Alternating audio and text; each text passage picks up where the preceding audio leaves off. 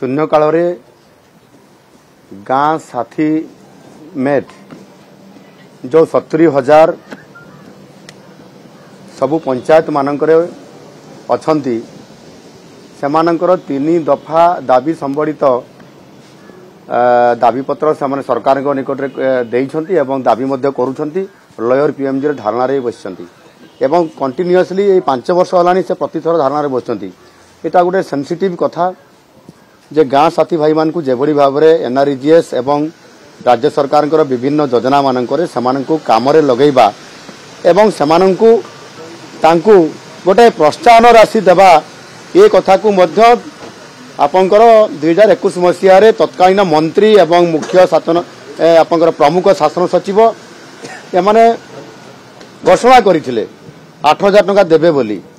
एवं आज से 10,000 टंका घोषणा करिया पई दाबी करूछंती एवं समानंकु ब्लॉक स्तर क्याडर बेस करिया पई दाबी करूछंती एवं समानंकु लीगाली तांकर पंजीकृत करिया पई ये 3 दफा दाबी संबड़ित समान धारणा रे बसचंती। पर आश्चर्यर कथा राज्य सरकार एवं विधानसभा तरफ समान को धारणा रे बसिया पई अनुमति भी दिया गला नाही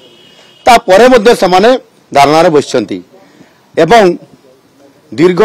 14 वर्ष हलानी समाने कौनसी प्रकार समान को प्रोत्साहन राशि दिया जाऊ नाही। गोटे प्रोजेक्ट कले 350 टंका पाइबे